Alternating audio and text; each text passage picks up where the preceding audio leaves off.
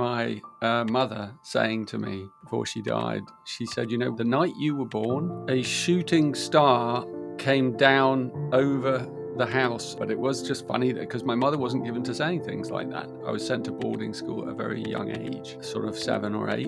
And that was a very difficult thing. Out of that came quite a lot of my need to kind of find my emotions again and find my feelings again. When I was sort of about 14 or 15, I started heading off into the woods. And I would go off into the woods and kind of go into ecstasy. I would have like ecstatic experiences with the light, especially, into a really exalted state of consciousness. It stayed with me for 3 days and 3 nights. I was lit up from the inside out. And I returned back to being this guy again. Long before words like awakening had any meaning to him, Richard Rudd regularly wandered into the forest next to his boarding school in England and experienced the ecstasy of light. As he got older, he took the predictable path of helping with the family wine business, but a spontaneous mystical awakening in his late 20s sent him on a deeper inward journey. That journey became the foundation for the Gene Keys, a contemplative system guiding people to transform shadow into purpose. Richard is also the host of a brand new show on Gaia called Gene Keys Unlock Your Genius. In this episode, you'll discover how working with your shadows can reveal your genius and why there are no shortcuts in the process. I'm your host, David Trotter. Welcome to the Awaken Magazine podcast. Richard, thank you so much for joining us today. It's great to be with you. Thank you. It's lovely to be here. I'm very happy to be here. I want to hear about your own journey of awakening to consciousness, mindfulness, spirituality. And I love to take our guests back to their childhood because oftentimes we have some sort of influence there. Perhaps there was some sort of faith experience or spirituality, or maybe it unfolded later in life. But I'd love to hear a bit of your story. Yeah, sure. I mean, I don't think I've ever told this bit, but I remember my mother saying to me before she died, she said, the night you were born, a shooting star came down over the house as though it was coming into the house. and I don't kind of I just remembered it just as you asked, but I don't kind of take anything from it. But it was just funny that because my mother wasn't given to saying things like that. So anyway, that was fun. Yeah, I had a very privileged upbringing, really. I mean, the difficulty for me was I was sent to boarding school at a very young age, sort of 7 or 8, and that was a very difficult thing. And so I think out of that came quite a lot of my need to kind of find my emotions again and find my feelings again, because there was a lot that I repressed. And so, yeah, my sort of spiritual journey, it kind of went into that area at a certain point. But yeah, I remember having kind of, when I was sort of about 14 or 15, I started heading off into the woods. I was a lovely house I lived in, surrounded by woods. And I would go off into the woods and kind of go into ecstasy.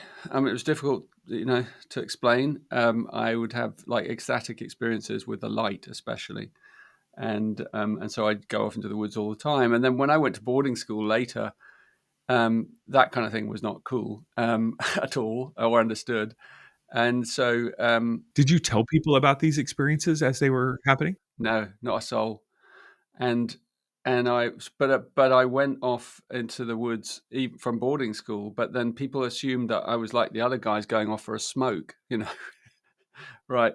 And so I let them think that I was like a bad boy going off to smoke. But actually, I was going off to kind of commune with this field that I just fell in love with at an earlier age. And it was too embarrassing, to say anything about it. And I felt really kind of weird about it. And they all used to say, so why do you always go on your own? Why don't you come with us?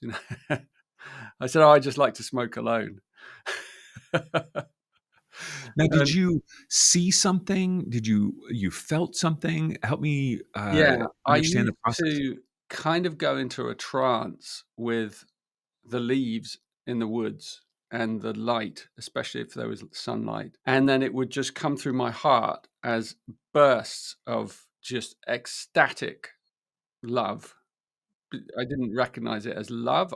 It was sort of ecstatic joy, overwhelming awe, something like that, as a young guy feeling those feelings. And I sort of didn't really understand it, and I thought it was sort of fairly normal. But then I realized it wasn't.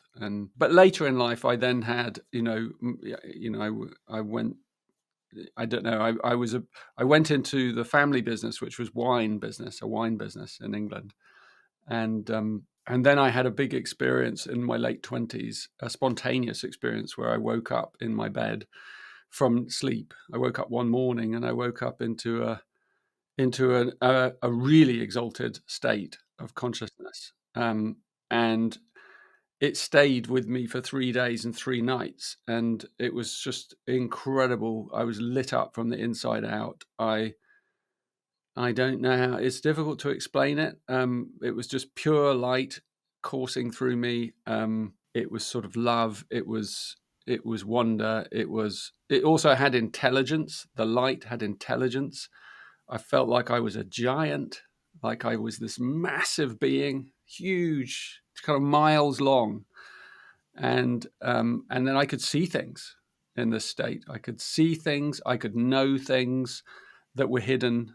I could remember things from the deep past about what I was, about how the universe was constructed, about why we were here. All those things were sort of simultaneously kind of revealed to me. It's very hard to explain because everything came at once, and in those 3 days, and then at the end of those 3 days, which I didn't know were going to ever end, I didn't want them to ever end. I returned back to being this guy again. Did you function in those 3 days as a normal person, or did you stay in your room? Did you tell people about it? No, What was no, I didn't tell anyone. I could, it was like I traveled actually. I got in my car and I drove around Great Britain, England, and I was taken on a sort of journey of following this sort of inner guidance. And as I went and walked to places and I met strange people along the way. But every single thing that happened in those 3 days was revealing some part of the memory of why I was here, and who I was mythically. And so it was a mythic landscape I was living in. And it was extraordinary. I mean, I could fill books with what happened in those 3 days. And in fact, I kind of did when I wrote the Gene Keys book, and I'm still writing. But I didn't write specifically about what happened at all in those 3 days. They were kind of private to me and my mythology and my mythic line. And I've very rarely spoken about those things to anyone. But the energy of it all is imprinted in my work in a more archetypal way, I think. Mhm. But yeah, it was difficult coming down off that as well because you didn't, it took me 7 years actually. It took me 7 years to actually properly kind of feel okay again. And because I went through all these phases. I went through a messianic phase where I thought I was it, and then I went through a denial phase where I just denied that anything had happened. It was a delusion of a schizophrenic kind of episode, and I went through lots of different phases until I had to accept, that I'd been gifted something incredible, and I didn't know what to do with it. It's not like I had the Gene Keys or I had like my system that I created now. I didn't have anything. I just had the bare wisdom, naked wisdom. And it didn't really have any words or sort of forms. And only later it managed to capture itself in a form. I'm like drawn back to this question I've asked you a couple of times because I think it's so fascinating, the interaction between humans in the midst of these experiences. But do you remember the first person you told about that experience and what that conversation was like? You mean after it? Yeah. Um, Like, did it take you years to be able to feel comfortable sharing that with people? There was a few people. I mean, one of the extraordinary things that happened that is about 2 days later, after I'd come down and I was sort of back in this normal reality. A friend of mine had asked me to deliver something for them to another friend, and I was driving, and it was down the south coast of Britain, and I drove to this city, and I was delivering this package to this woman I'd never met before, and I knocked on the door, and she opened the door, big woman, and she looked at me and she went, "Oh, it's you." And I'd never met her in my life. And I said, "What do you mean?" And she said, I am a medium, and I have been receiving signals all night about this man who's coming to my door." And she was like an old school medium. This was in like the 90s, before like everyone was channeling everyone. She wasn't a channel though. She was an old school medium. And so she said, "Come in, I'll make you a cup of tea. I've got some things I want to tell you." And then she drew the curtains and went into a trance, and she explained to me what she was going to do. I'd never met a medium at that point before. And then she had a pen and paper and she went into a trance, and then she opened her eyes and she started telling me things and writing things down. Um, and um, and she told me she knew everything that had just happened to me in those 3 days and 3 nights. And she confirmed, without knowing anything about me, some of the visions that I'd seen about my life and things that were going to happen, and a bit about the mythic kind of identity. And it was a really, like, I think if I hadn't had that confirmation, like in the Christian church, I understood that was what a confirmation is, a Mhm. true confirmation. Like, Mhm. you are gifted from in an unexpected way with like something that confirms a deep spiritual truth or a baptism or something that's come to you. And so I kind of understood these things. And interesting that you were a pastor, because I grew up in that world, and not that I was religious particularly, but I really was familiar with the Christian kind of rites and Mhm. layers, and I understood them from the inside out through that experience. Like, I understood. One of the things I did in those 3 days is I went to a wedding. And I understood the rite of matrimony at layers and levels that you cannot possibly comprehend. Like, even I can't comprehend them.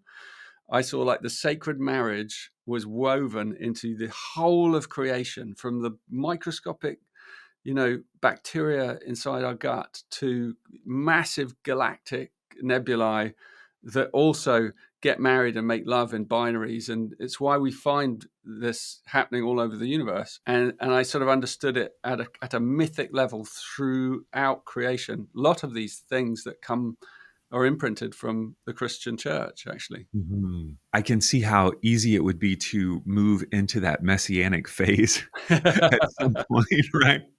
I am the man. I am Yeah. the chosen one, Yeah. right? I can see it's so easy. Luckily, that Um, didn't last very long, that one. Only a few years. It was Yeah. not a big deal. No, I'm kidding. But like, how It do you it did, process? sorry, just say, it did help me understand why other people get stuck in that phase. And Yeah. it's a common I really empathize with someone who believes that they are the Christ or some other great being, and I Mhm. understand why that is. I really empathize, because it's very easy to get stuck there. Sorry, you were saying. Mhm. No, it's beautiful. I am curious though about how you did end up processing the question I assume you would ask, which is why me? Why did this happen to me? Did you process that question for any length of time, and did you come up with any answers? I think I've been asking that question ever since, actually. And layer upon layer has opened and been revealed. But one of the things I've learned is that things get revealed in their own timing. And so I learned to relax after a certain while and realize that things would be revealed to me that I needed to know when I needed to know them. And so, yeah, by now I understand much better. but yeah, no, back then I didn't really. That's why I struggled so much. Hmm. And so, how did this unfold into ultimately becoming Gene Keys? What was that process like for you? Well, as I said, I had an ordinary lifestyle, and then and that was stopped at that point. I could no longer go and work in an office and that kind of stuff, so I stopped that. And then I had these years where I was traveling. I assume your parents were not happy that you're stepping away from the family business. Actually, they were amazing. They were Were fine. they? I think my father he didn't really. I couldn't explain to them why exactly, but he understood that I was a romantic, right? And so that was how he understood. He framed it. He's a Mhm. romantic. He's going to go off traveling. He needs, he's got to get this out of his system. And he didn't want to put me under pressure. Nice. He was a wise and gentle man, and he never wanted to force any of his children to do, because I think he understood that, you should do the things you love in life, and he supported that in his own way.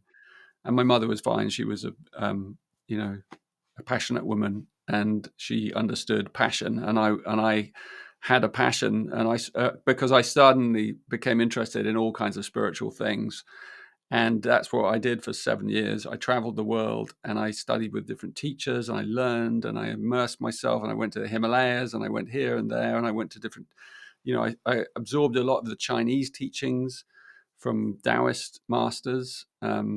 And I kind of synthesized that inside me with the Christian kind of rites. And then I learned the Buddhist things. And like many of us, I surfed through a lot of these things, and somehow they became synthesized inside me because I'd had the anchoring of that experience. So almost everywhere I looked, it was like, oh, I know what that is. I understand why they do that. I understand that prayer. I understand that meditation technique, because I sort of had a frame. I had a grounding of the light inside me, um, and so I just went gathering for 7 years, and then I'd crystallized through a system, a new system that came into the world in late 1980s called human design, and I met the founder of that system, and I realized when I met him that I was going to learn this system in depth, and which I did, and he became my mentor for a while, and then so I studied and taught and operated within that system, and then I grew beyond that system, and I had to let it go. And out of that, I innovated the Gene Keys, integrating a lot of those other things and tools I'd taken in, but essentially having the grounding of that light body, that illumination experience that I had that was so powerful. That was what didn't fit in words, easily, and it certainly didn't fit in the human design world that Ra taught, because he wasn't a fan of heightened states of consciousness, and even though he'd had his delivered in one, and so I had to expand and find my own language. And as a lover of language, I just created and started to write a book, and that became the Gene Keys, and then it had its own destiny from there. What was that process like as you were, as you said, kind of outgrowing human design? Was there resistance? Like, well, why doesn't it have this? Or was there sadness that it didn't? Or was there grief? Like, how did that Yeah, process work for you? it was very challenging, and I think if people on a spiritual path, they'll probably at some point recognize this, that you go into a teaching or you have a teacher, and at a certain point, often you are not always, but you're asked or to go beyond that teacher or that teaching.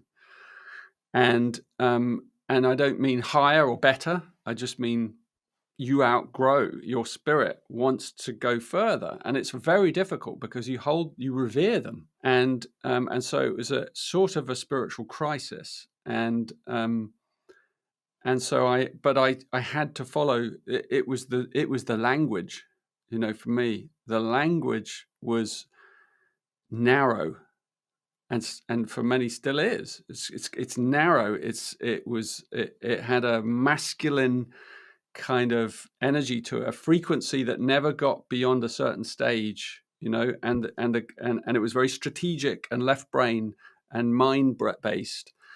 And I wanted to just find a language of the heart, and I wanted to expand it and explode it. And I tried to do it within the system, but it was very clear from Ra and the community that wasn't going to be okay.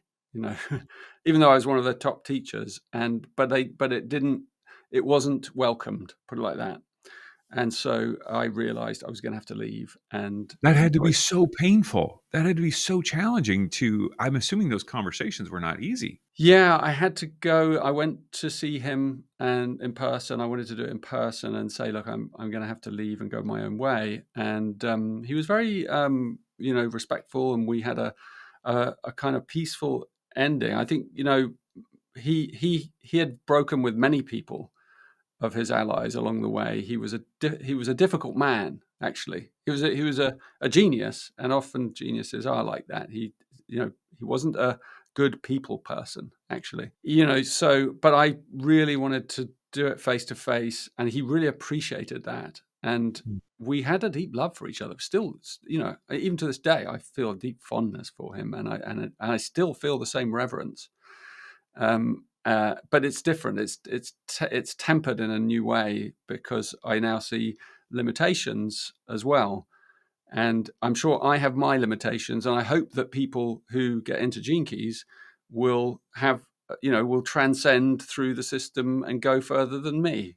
I think we are ladders like that. And if someone, I think there are some teachers that are just, you're never going to reach them. But there are others who are like, say, let me give you a hand up, and those are good teachers if they say that, I think. Mm-hmm. I want to chat about your new show on Gaia called Gene Keys Unlock Your Genius. So if someone hasn't watched the show yet and maybe even isn't familiar with Gene Keys, how would you describe the show itself? I think it's a really solid introduction to the Gene Keys. It's like 10 episodes. It's really beautifully put together, and it takes you on a journey into what the Gene Keys are and how they can help you, and through the lens of the Gene Keys profile. It's based on the profile, and the Gene Keys has lots of aspects, and one of the core aspects is the Gene Keys profile, which is calculated from the time, place, and of your birth, like an astrology chart. But it's nothing like an astrology chart, as you soon find out after you've watched a couple of episodes.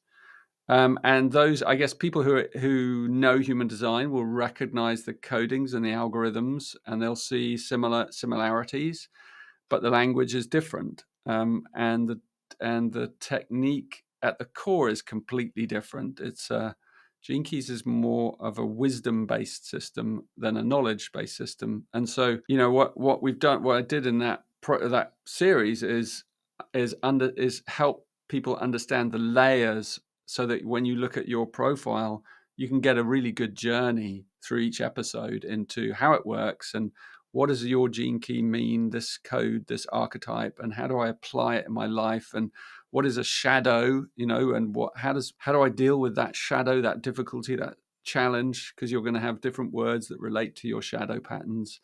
And then how do you transform those patterns through your life into gifts, and into eventually what I call siddhis, which are like exalted states of consciousness, which is where what shadows are eventually designed to become.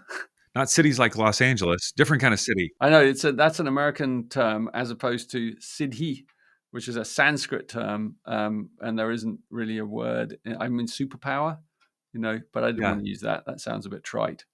Yeah. SIDDHA, HI, correct? Yeah. HI, yeah, Oh, HI. Okay. yeah. Okay, good. So you gave a brief overview there of what Gene Keys is, but if I were to go, okay, Richard, what is the point? Why would I want to invest? Because it is an investment. This is not, as you said in episode 1, a quick fix. This is not a quick Band-Aid. This is an investment and I don't mean just financial, it's investment of my resources, my energy, my time to understand my life through this lens. Why would it be worth the investment to me? Well, I guess, the one thing that we're all looking for is, fulfillment at some level, fulfillment in life.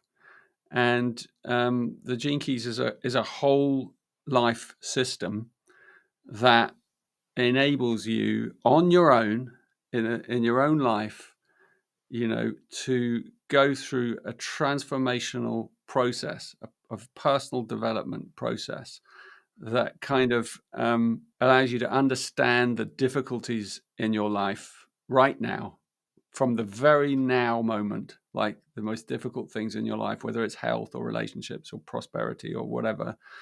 And it starts where you are, and it reframes your view of yourself.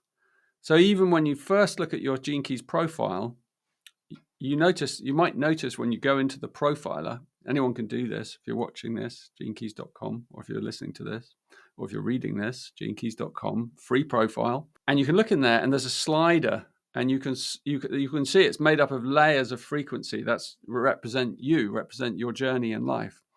And you can switch the shadows on or off. So you'll get to see there's a whole load of words that are relating to which are called shadow patterns. And they are difficulties that you've inherited through your DNA from childhood, that are imprinted, that you are going to have to grapple with in your life.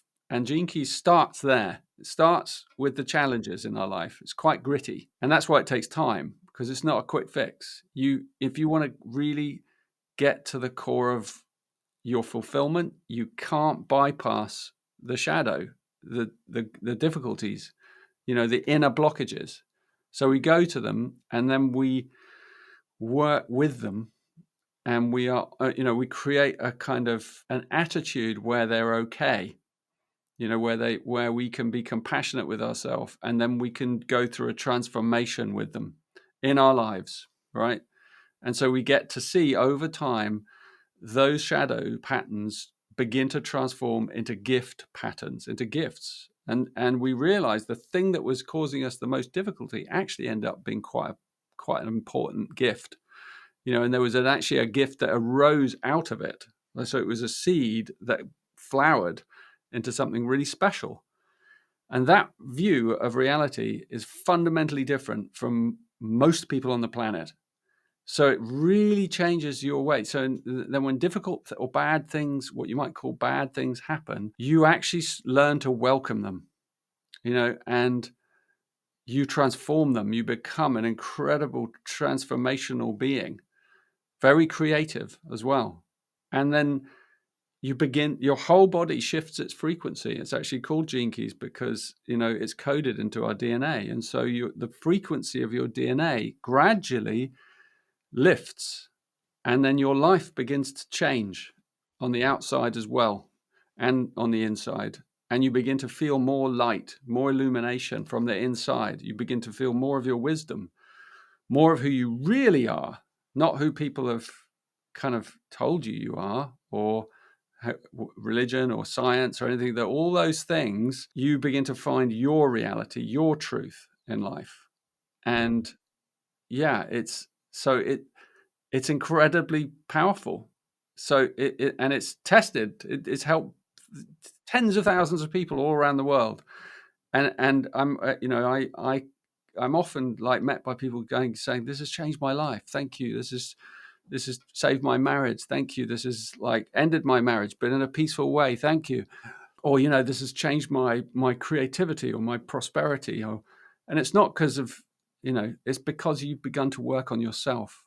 But you've had a really good, accurate framework for doing that, to taking that journey. And so you have to invest. There's no shortcuts. I mean, I know out there right now, there's all kinds of salesmen and saleswomen with hacks and shortcuts, promising this and that and the other. And some of them might be helpful. But no matter what anyone says, in order for you to find that deep fulfillment, it's going to take time. You can't do it in a weekend workshop, and you can't do it because you take ayahuasca a few times and go to Peru, or you can't do it because you did a yoga retreat in India, or it's not enough. It's got to be every day in your living everyday life. And the Gene Keys provides that, because that's how I did it. I then had, because I went from having the exalted state to then being a kind of normal wounded young man. And then I was like, okay, I'm going to have to figure out how I get back to that state. And that's why this journey was laid out for me. And so it wasn't that I kind of was just gifted, how you get there. I had to figure it out myself and do it on myself. Hmm. I got a million questions, but one of the things that I want to make sure that listeners or viewers understand, if they're not familiar with this, is that it's rooted in a belief that where you were born and the time in which you were born sets all of this, like, is an imprint. How does that work? And by the way, I side note, I mean, I've done all sorts of, personality things and Enneagram and all of this. I had not dived into the gene keys until we set up our conversation. And so I went in and set up my profile on the website, which I really strongly ask people to do. And we'll put the link directly to it. It's absolutely free, which is so generous of you. And one of my follow-up questions, don't answer it yet, is this website and what you have developed is so user-friendly. It is so, I mean, it's very complex, but the clicking and the understanding and the accompanying content, I mean, wow, it's just amazing what you've developed. We'll get to that in a minute, but I want people to understand this concept, which is similar to human design, like, that there's this imprint. How does this work? Where we're born and the time that we're born. I mean, this is just weird, Richard. If you look at what modern physics is kind of leading us towards, or appears to be anyway, is some of the kind of views now are that it's possible that we're living in a kind of fractal holographic universe. There's even new ways of understanding consciousness now, because we're now beginning to look at consciousness and realize how entangled it is with matter.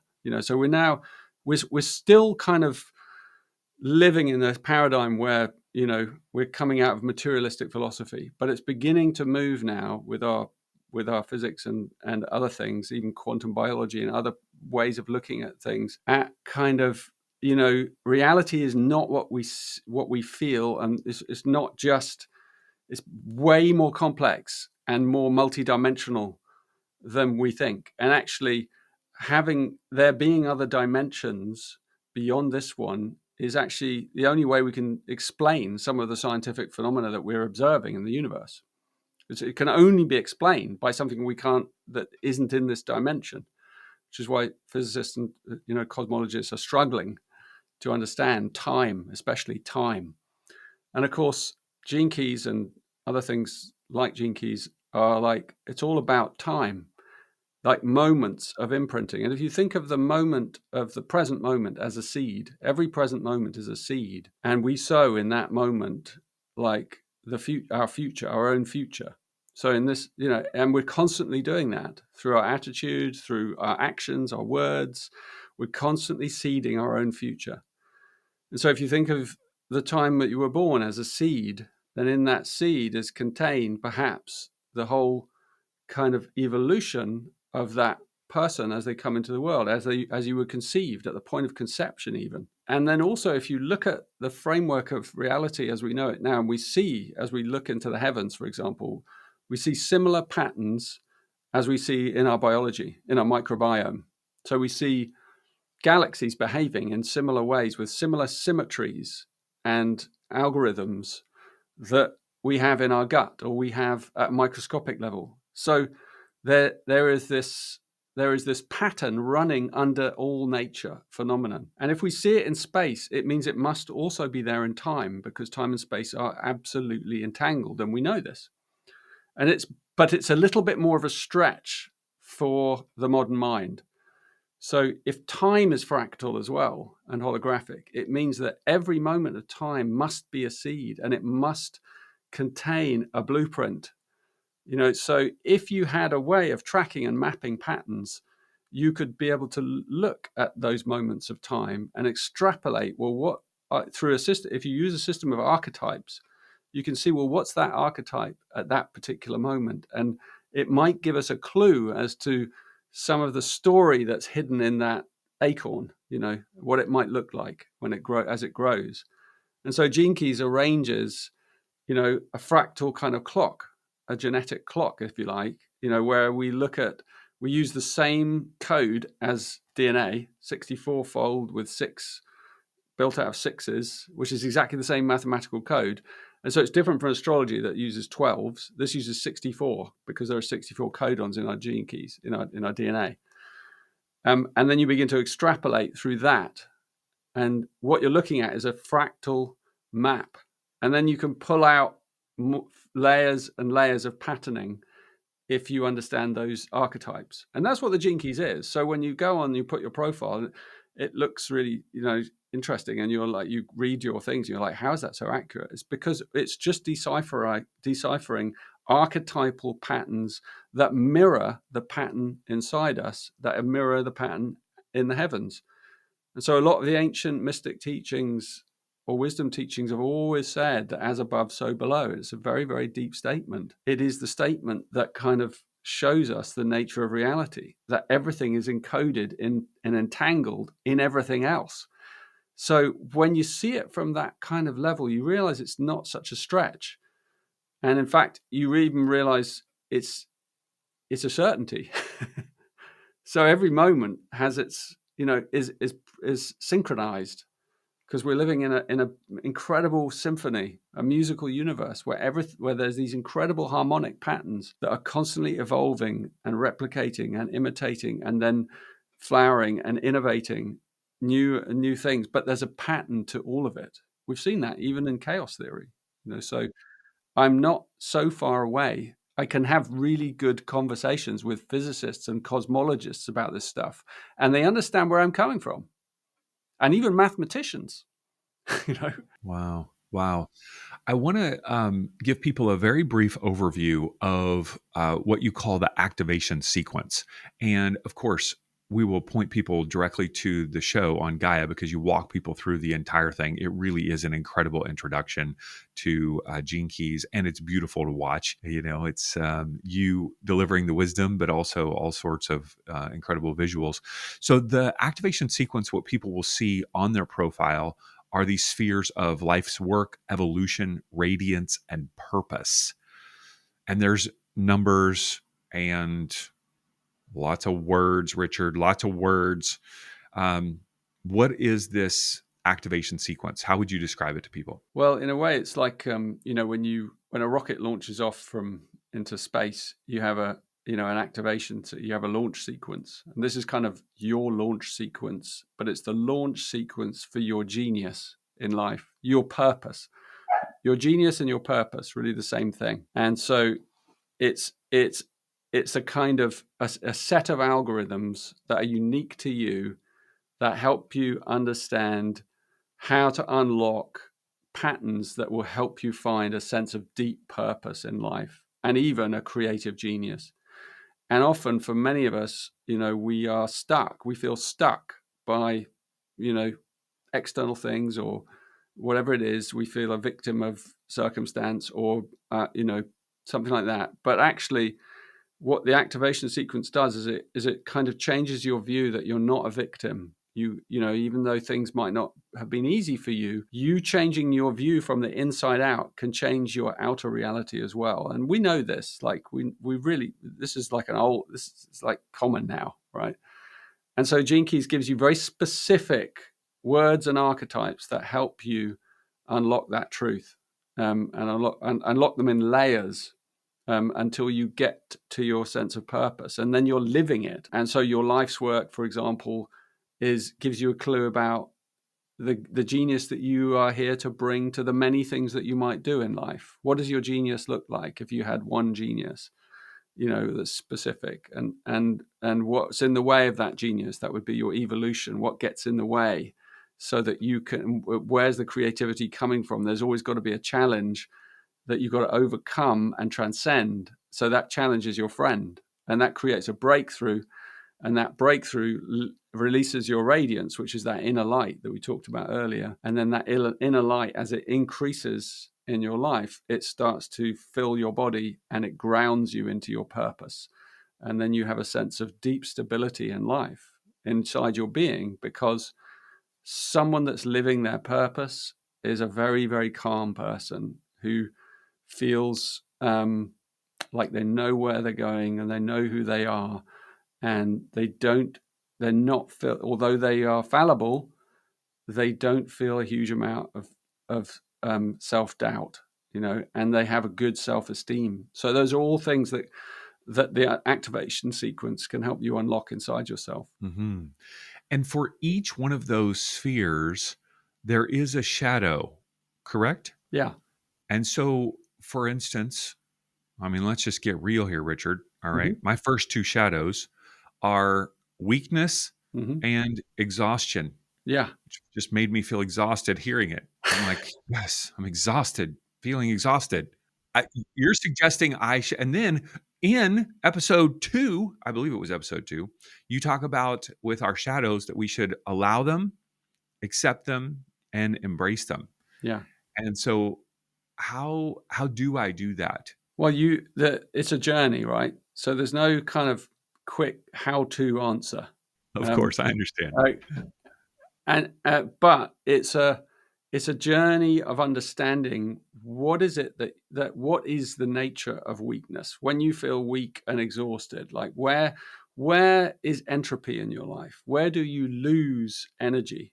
And you'll see it's about places where you've made compromises. It's about places where you've allowed someone or something to make you believe you're not as good as you thought, as you actually are. That's what weakness really is. It's being conned. It's allowing yourself to be conned by something or someone outside yourself. And it could be just the status quo. And because you deep inside you have a rebellious heart and you've always wanted to do this one thing, and it's about giving yourself permission, and that's how you draw out that genius, and you begin to kind of heal your heart and heal your relationships and feel like you belong again and all those things. So it is a journey through every gene key, and each one gives you a language and a framework that you read about, you listen to. There's meditations. It's not a simple, quick, like, here's the answer. The answer is a journey, and that's why gene keys sometimes in the beginning people don't understand. Like, the path of wisdom is not the same as the path of knowledge, where knowledge you just get an instant answer, and it's like, I'm looking for the answer. I want the answer. Just give me the answer in 10 minutes. Now I want to know. And it's not like that. It's wisdom. Wisdom unravels as a revelation as you live it. And so Gene Keys just gives you this journey of contemplation.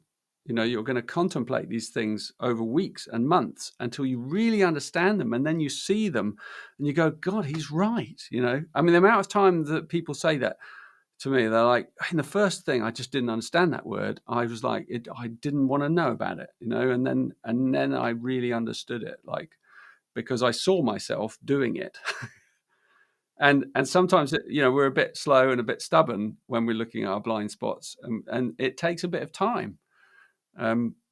But eventually most people get it, and then they're like, I understand. And now the gift emerges, and they're like, wow, I do have that gift. I actually can stay with things for a very long time if I really focus on the thing I love, and I don't get exhausted by it. I only get exhausted by the things that I never did want to do in the first place. Yeah, or the relationships that were draining me because I allowed them to. So it's a series of revelations that open our mind and open our heart. It seems miraculous. It's actually very logical and practical. One of the things you were just referring to was a sentence that I wrote down from episode 1, which is contemplation is the key to wisdom.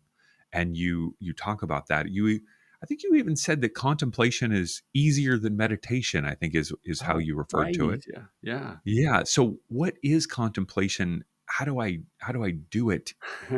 Like, what is, and how does that, as you said, unravel wisdom? Yeah. I mean, so contemplation is much easier than meditation. It's the sort of it's easier than mindfulness as well. It's more fun as well. Like some of those old techniques that we inherited from the East, even though they're wonderful, they were designed for monks, and people in monasteries, like where you could just sit on a cushion all day for 8 hours or whatever it was, and then sweep up the leaves and go and cook your meal. And it was all delivered to you as well. So, right. And it's not so suited to a modern life. Whereas contemplation goes on all the time, even when you're not doing it. So if you start to look into your gene keys and you start to contemplate these things, these insights, what will happen is you'll contemplate them for a bit mentally, and then you'll forget, and you'll carry on with your day. And then maybe you'll come back to it, and then you'll look again, and then you'll have maybe you'll have an insight at some point, and then you'll forget about it. But actually, even when you think you've forgotten, the contemplation's still going on. We have a thing called the default mode network in the brain, which processes things unconsciously. And so when you start to think about things that are deep and important to you, and you persist in trying to understand them, and then you stop trying to understand them, it's usually after you stop that an insight comes up. And sometimes it comes from the outside as a trigger. Something happens to you, or some creature collides with you or something. And it's there that you realize, and you go, oh. And so contemplation is a wonderful, magical, mysterious, ongoing process. But it's also it's a little similar to meditation in that you create more space in your life inside yourself so that transformation can occur. So you're literally creating an arena or a sort of a gentle self-discipline that looks for pauses in your everyday life. And in those pauses, and they can be short or they can be longer, in those pauses, magical things happen. And so you begin to kind of live your life in a more, more rhythmic way. And when you pause more often, and give space between things and events in your life, and you don't rush from one thing to the next, you create this rhythm where your breath deepens. And when your breath deepens, your mind becomes calmer, your emotional system, your nervous system. So all of that calms, and then insight emerges spontaneously. And even deeper levels of epiphany can happen. I call them epiphany. Like when an illumination opens up. That's rarer, but it does happen when you take a deep journey of contemplation. Like if you're learning the gene keys as a contemplative, method, sooner or later you will have one of these epiphanies, and they feel really good because they're biochemical. This is not just a thing in the mind. It's like you've released something in the body. This is a physical, embodied teaching. So yeah, you stick at it for a bit, but contemplation's it really suits the modern life well with our phones and our things, and it's because it can operate in the gaps between all the things we're doing, and it can actually change the way it can make us more easygoing. Mm-hmm. For someone like myself who's just diving into my profile, and I'm clicking around and I'm kind of trying to navigate and I'm learning beyond the show, right? I mean, the show is super helpful to provide that introduction. After they watch the show, what would you suggest as a next step? Is it a course? Is it reading your book? Is it connecting with one of the guides that you have trained? Like, what would be the best way for people to go deeper? I think it depends a bit on your how you learn, and you could try different things. I mean, a combination of those things is best. So you probably will buy the book, or you'll buy the Kindle version of the book, and then you could begin to look at your keys, and you might read the key and you might discuss it with a friend, or you might just contemplate it yourself and go on reading your other keys, or you might listen to the audios that I've recorded, which are different from the book. So there's lots of different ways to learn. And then the courses are wonderful because we run these online retreats where you can actually join a group of people who are learning at the same rhythm. So you're learning, and you're first starting on your life's work gene key, and then you contemplate that together, and then you get to meet those people and you discuss it with them. And then you could do a meditation on that one. and there's a rhythm to that, and it helps you with your self-discipline, so we kind of lay out frameworks for you.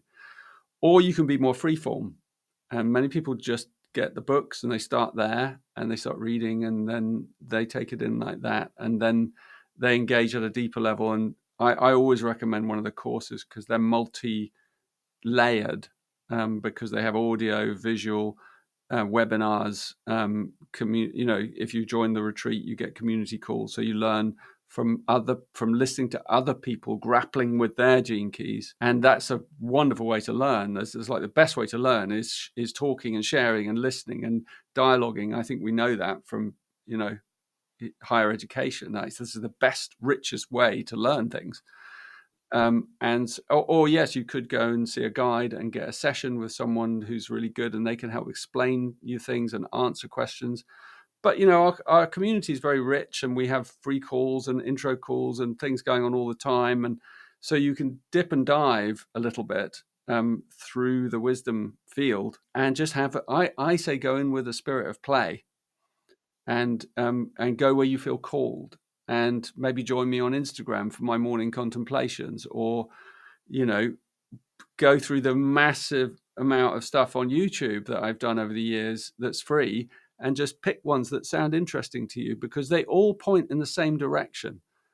So I've laid out like a massive amount of fractal sort of truths, but they all point in the same way. So there's, pretty much after a little while, you get your question that you have answered in some way or another, because it's all there. But yeah, the courses I think are the best. The retreats, if you can find one, if we're doing one at that time, we've got a whole load starting next year in 2026, and so it's a great opportunity to learn as a group, a global group, whenever we do those, and we're often running them. So that's one of the richest and quickest ways to learn. But yeah, everyone learns in different ways. The meditations, we have a little app called the Triple Flame app. It's a free app.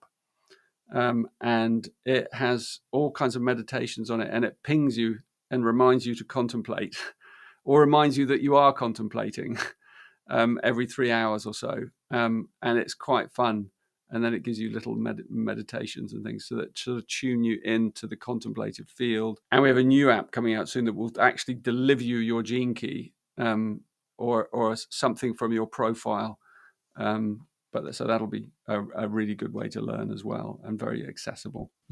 What is your hope for the show, Gene Keys, Unlock Your Genius on Gaia? What is your hope for this as more and more people are watching it and becoming aware of Gene Keys? Well, obviously, I hope that people obviously will enjoy it, and I hope that the Gaia audience will engage with the material, because I know that the Gaia audience is quite spiritually deep. They're deep seekers, and sometimes you can get a bit distracted by all the smorgasbord of the kaleidoscope of things that are out there. And actually, Gene Keys provides you with a kind of self-discipline to commit into your own process.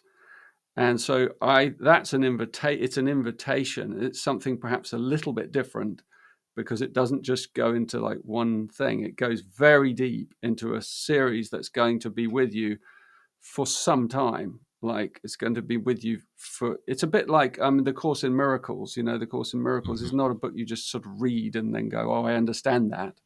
I got it. It's similar in depth and breadth. And so you go in and you're going to study this for years if you really get hooked with it. But the transformations that you will undergo in those years will be real, and they will be extraordinary. And so in a way, the Gene Keys series is an invitation to do something really deep and ongoing, and I hope that people will take that invitation. I mean, in the beginning, you can just take, little bite-sized chunks of things and see if you like the taste of it. And that's great. So I provided like a kind of way in for people, I hope. And because it helps you to awaken if you give yourself to it. And that's what the world needs more than anything, is someone who's healing their own shadows, taking responsibility for their own, stuff, difficulties, and then manifesting genius out in the world. And then the more of us that do that, and in the deeper layers of your profile, you see how you're designed to collaborate and network in a prosperous way in the Pearl sequences, which is also mentioned in the Gaia series. It sort of shows you how we're part of an awakening that's occurring, a global awakening, and Gene Keys is a part of that awakening, one of many things. What have you enjoyed? I know you've worked with Gaia on a number of different things, been there in person. What have you enjoyed about your working relationship with Gaia? Well, I love the Gaia. I love the people there, actually. I just have found them just delightful and supportive and, really friendly and respectful and gifted. And, so that's been my favorite thing of working with Gaia. And, that I other people that have worked there also agree with me on that. I've spoken to other people. It's like just all the people that do the sound and the things behind the rings. They're all incredibly well informed and wise because they're surrounded by all this stuff that they're absorbing. But yeah, they're also part of something powerful that's happening. Where sacred knowledge is being brought to the people, and it's being brought in very beautiful, kind of palatable ways. So yeah, I think I really love the people most. Richard, I got a personal question for you. Where can I get one of these vests that you wear? I mean, they're so cool. Like that, you've got it on the show. You got it on today. I love Although on the show, you've got the key on there, which I don't know if you guys sell those keys, but you could it. sell like Richard Rudd blessed keys. Actually, we don't sell those keys, but it's not a Gene key. It's just a key I love. This is actually American. This is Filson. I Oh, advertise for them. Filson. They make beautiful things, but the other ones are from an English the English woolen vest. They're from what are they called? Surplus. SIR plus. They're a wonderful shop in London. They've got several shops in London, and they do beautiful Nero woolen vests and things and shirts. And it's nice to put a word out for them. They're a really nice company. And I'm always looking for like companies that have a good ethic and exquisite quality and very good customer service and stuff like that. Filson is also very good. That's sort of American, beautiful clothes they make. well, I think on the show you had the surplus. I have Is the my surplus. guess. It looked like the I have wool. a Yeah. variety of those. But thank you for noticing it. Very nice. Very nice. Richard, it is great to meet you. Thank you for what you're doing in the world. I mean, you have invested your life in helping others. And it's so clear your care, not just for your system, right? Some people develop system and it's like, oh, this is my system and I like my system. But I feel this care for like through you that it's, yeah, you love your system, but you love people. Like the whole point is to help people. And that is so clear. So thank you so much. Well, thank you. Thank you very much. It's lovely to talk to you about all these things.